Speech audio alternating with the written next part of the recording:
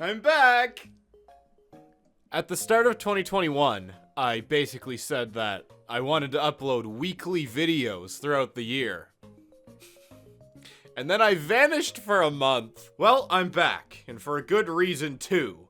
Today I wanted to sit down and talk about Drake and Josh, but not the television series we're all accustomed to. I wanted to talk about something greater, something of more value, more substance. I'm talking about the Drake and Josh Game Boy Advance game. If you don't know what Drake and Josh is, well, first of all, I don't know why you clicked on this video, but if you've truly never heard of Drake and Josh, it was a Nickelodeon sitcom that aired in the 2000s that followed two stepbrothers whose names are escaping me at the moment. The game was developed by A2M, which stood for Artificial Mind and Movement, and I say stood for because they have since changed their name. Back in the 90s, the studio Behavior Interactive was created, but after the studio was sold, merged with another studio, and then sold again, it eventually became Artificial Mind and Movement, A2M for short. In 2010, they changed the studio's name back to Behavior Interactive, and Wikipedia lists several reasons for this. 1, they were producing more original titles and gaining more popularity, but that doesn't really explain anything. 2, the original name was available. Still doesn't explain why they made the switch. Oh! It's because they found out that A2M is an abbreviation for ass to mouth, and I guess they didn't want that on the cover for Victorious Hollywood Arts debut. The game opens with the usual back and forth monologues that appear at the beginning of each episode of the show. You know how every episode opens with soliloquies from Drake and Josh that end up connecting in some way. The only issue is, since it's a Game Boy game, there are some limitations with the graphics. Look at this. They look nothing like them! Alright, so the story of this game is, Drake wakes up and he's late for school, so now he needs to go to school. Once he's there, he realizes he's gotta sneak his way to class, but it won't be as simple as he thought. That's right. This is a stealth game. In every room of the school, there are hall monitors patrolling the area, as well as security cameras set up by Megan. I don't understand. How did Megan get into the high school and install security cameras around the entire building? Wherever you go, there are security cameras just waiting to catch you. But this isn't even the only thing she has set up. There are automatic paintball guns, robot dogs. Where is she getting this stuff? And how is she just planning it all into the school and programming them to only go after Drake? The gameplay itself is pretty straightforward. You walk around, and you can also walk slowly. At first, I didn't understand why there was the option to walk slowly, since, you can pretty much get past everyone by just walking normally. They won't notice you. I quickly learned that this pink stuff on the floor is, in fact, popcorn. There is popcorn everywhere, in almost every room in the school. If you step in it, the crunching sound is so loud that it alerts everyone around you, because apparently they just can't see you otherwise. Whenever you get caught, they're like, huh? Ah.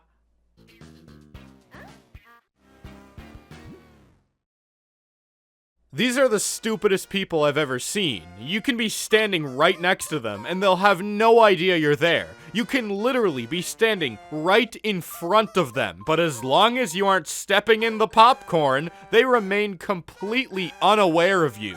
There are so many people around, so many hall monitors, but they just don't do their job. It's like they only care about protecting the popcorn. That's their only purpose in life. Another big part of the gameplay is these girls who are standing around everywhere. Their whole purpose is to help Drake complete certain puzzles that he can't accomplish by himself. And the way they work is, you press the A button to make Drake take out his guitar, and then you need to press a sequence of buttons in a little QuickTime event that appears on screen. If you are successful, the girl will hear the music and become so infatuated with you that she becomes a zombie and follows you around. You then have to guide her in the direction of the button she needs to step on or the door she needs to open, and if you don't give her a clear, direct path, she will just mindlessly walk into objects until you guide her out of it. You can even use her to distract people, which allows you to walk past them without getting caught. If you get caught in this game, you usually just go back a few rooms. That's not too bad. At least when you get caught, you don't have to restart the entire level, unlike another game we've discussed in the past. There is a clock counting down on the corner of the screen in every section of every level. If the timer runs out, you just kind of go back to where that timer started and restart from there. It's not that big of a punishment, and it's also pretty easy to beat the timer. The most interesting NPCs in the game are the janitors. Janitors are simultaneously the most difficult and the least difficult enemy. If you run into a normal hall monitor, you're sent back to a checkpoint. But if you're spotted by a janitor, they charge toward you at full force, ready to plunge their mop into your chest. Also, whenever a janitor's mopping a floor, they make an ocean of water that covers the entire room, and if you try to walk on that, you're just slipping and sliding all over the place. Sometimes there's even popcorn in the water. You are a janitor. You can't be doing this. Clean up the popcorn. I just don't understand. Why is there popcorn everywhere? Why popcorn? Like, there's piles of this stuff in almost every room in the school, and there's no explanation for it. Correct me if I'm wrong, but I don't even think this is a reference to any episode of the show. I mean, I know they're always spilling popcorn around in the premiere theater, but that's all I can think of. Why would almost every classroom in this school be covered in pink popcorn? And there's like 50 janitors. You come across another janitor every minute, and they're doing nothing about this issue. Someone put popcorn everywhere, and nobody seems to care. So Drake makes it to class with 1 minute to spare and receives no consequences. Why was he in such a rush to get here? Like, he wasn't even gonna do his work anyway. He does not care about school at all. Alright, that's episode 1. Now let's get into episode 2, which is like a totally different game. The plot to episode 2 of the Drake and Josh Game Boy Advance saga is Megan buys a bunch of sheep online and releases them into the brand new school science rooms. Because of this, Drake and Josh need to act quickly to remove the sheep from the science rooms in order to avoid being blamed. I actually don't know how they're gonna be blamed for it if neither of them were ever seen taking part in the situation, and Megan just kind of snuck in there in the middle of the night and put them all there.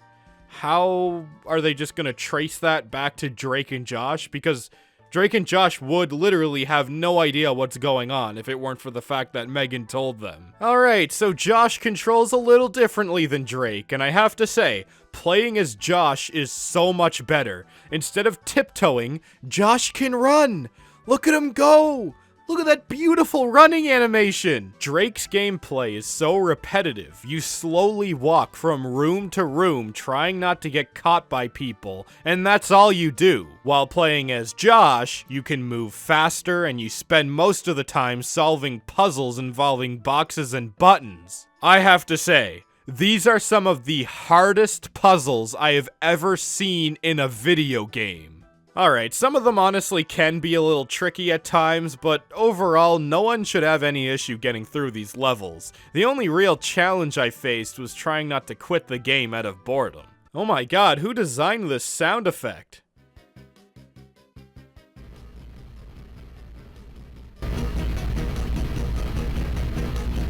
For some reason, steel crates can only be moved once. After a single push, you just lose the ability to move it, I guess. Also, what is this idle animation? Is he blowing spit bubbles? Laser barriers can be turned off if you place an item onto the beam.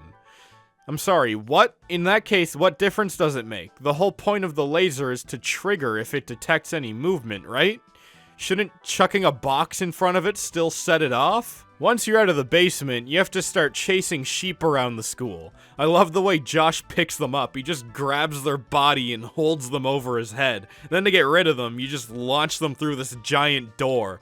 Look at how far you can throw them. If you hold a sheep for too long, it starts to struggle, and you're given a sequence of buttons to press in order to maintain your grip, similar to what you have to do with the guitar with Drake. You also can't walk on water while holding objects. Like, it's not that you'll slip, you literally just can't walk on water. You will freeze in place.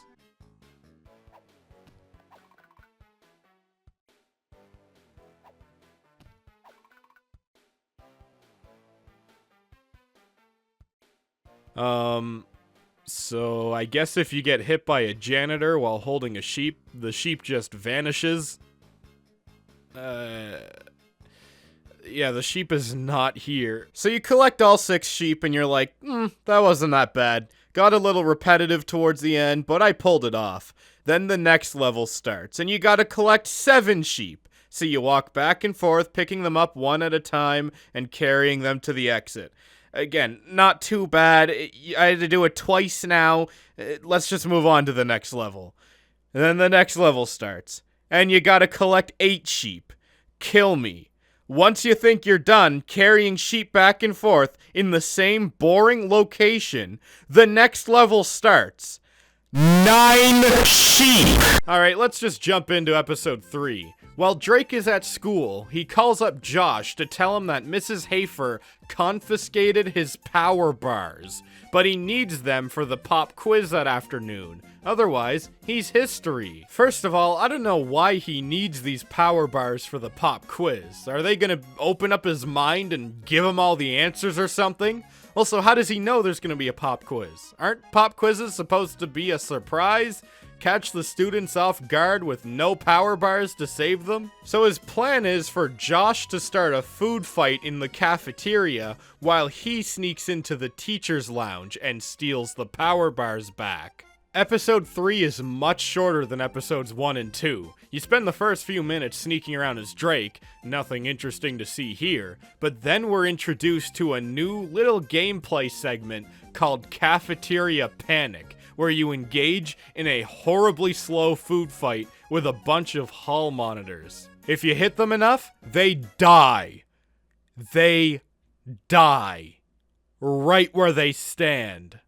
After that, it's just more sneaking around, the usual cameras and robot dogs you'd come to expect, although there didn't appear to be any popcorn present in episode 3. Interesting choice for the episode revolving around a food fight. Well, that's it for episode 3. Episode 4 takes place at the Premiere Theater and follows Josh as he's given the responsibility of looking after the place while Helen's gone for the night. The only problem is he loses the master key, so now he needs to go search through every corner of the basement in order to find it. Also, Megan has placed photos of him and Drake in the projectors of 4 different theaters, so he needs to go find the projectors and remove the pictures. Otherwise, people are just gonna be watching pictures of Drake and Josh instead of their movie. The gameplay here is the same as before. Complete puzzles involving boxes and buttons, watch out for cameras, robot dogs, and janitors. I don't know why Josh would need to avoid the cameras and robot dogs. I mean, he's the manager. He's just going downstairs in the building to find something. And why are the janitors attacking him? He's their boss right now, and they're physically attacking him. They could be fired for this. Apparently, Josh isn't capable of lifting up a movie theater seat. I don't know how he got employed at a movie theater. There are some rooms where I just don't fully understand why they're even there. Like this one, for instance. You need to walk around to each corner, slowly moving crates onto buttons, and that's it. There's nothing to figure out. It just takes a little while to push each crate onto the button that is right next to it, and then you can advance to the next room. Give me some kind of puzzle to figure out. This is just a waste of time. In order to turn off the projectors to get the pictures out, you need to step on these buttons in a specific order, but you first need to test out some different combinations to see what'll do the trick. Then, once the projector's off, you snatch the photo. Imagine if in a real movie theater, every time they need to switch out the movie they're showing, the projectionist needs to play Dance Dance Revolution next to the projector just to turn it off. So in episode 5, the soda machine at the Premiere Theater ceases to work, so Josh now needs to go back into the basement and sort out the issue. Turns out Megan didn't commit this crime. Yeah, this is way too amateur. They didn't even set up security cameras and automatic paintball guns and robot dogs around the building. While I was playing episode 5, I got attacked by a sheep. Don't ask me why there's a sheep in the Premiere Theater, but I got attacked by a sheep as a cutscene was happening, and then it broke the game. I wasn't able to pick up objects anymore. I was able to just phase through doors and barriers, so I just walked to the end of the level from there. Once you get to the end of the level, you engage in a simple pipe-fitting mini-game. And that's it. You do 3 little levels like that, and then you just move on. Alright, here we are, the final episode. Unfortunately, we're ending off this banger of a game playing as Drake. You might as well play as a snail, honestly. Playing as Drake is so slow. This time, we're in the Premiere Theater, but it's the exact same thing as last time. Slowly walk through rooms, don't let people look at you. We got some new enemies here. The people you gotta look out for are the tough guys whose girlfriends you were kissing, and they want revenge. These girls who will run after you and violently kiss you the moment you appear in their line of sight. And of course, the janitors. It wouldn't be classic Drake and Josh without psychotic janitors running around in every room. Why is Drake not able to get past this barrier here? He needs to call a girl over to unhook the rope for him so he can get across. Why can't he just do this himself? I can understand why he would need someone to unlock the other side of a door for him, but this is ridiculous. Drake, you can just step over it. Come on, just lift your foot up. Just lift your foot up and put it over the rope. Oh, by the way, the reason why he is risking life and limb to journey across this entire building is because he wants to ask Josh if he can help him out by singing with him in the talent show that will take place later that night. Earlier in the game, it's established that they both have cell phones, but nope. Drake's gotta go on a quest to find him. Alright, the final part of the game, the talent show. Here you play as Drake, and your goal is to walk back and forth and try to play as much of your song as possible in order to fill up that bar in the top right corner of the screen. You can only fill up the bar when you're playing the song in the spotlight. You do this by holding A. Beware, this is a very tough crowd. These guys are just throwing shit at you the whole time, and this is a relatively small crowd too. I only counted like 78 people here.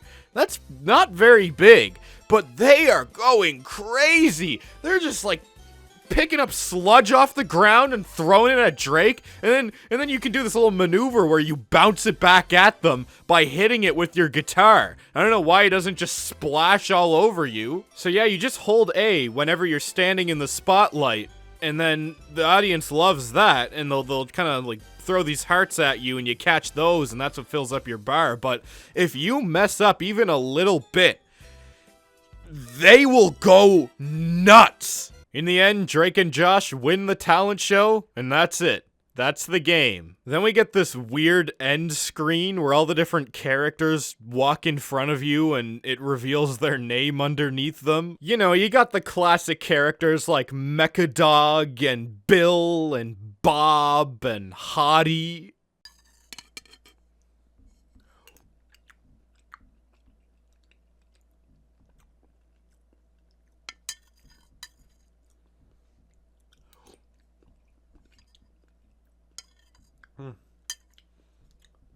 This is pretty good soup. It's chicken noodle. It's very wet.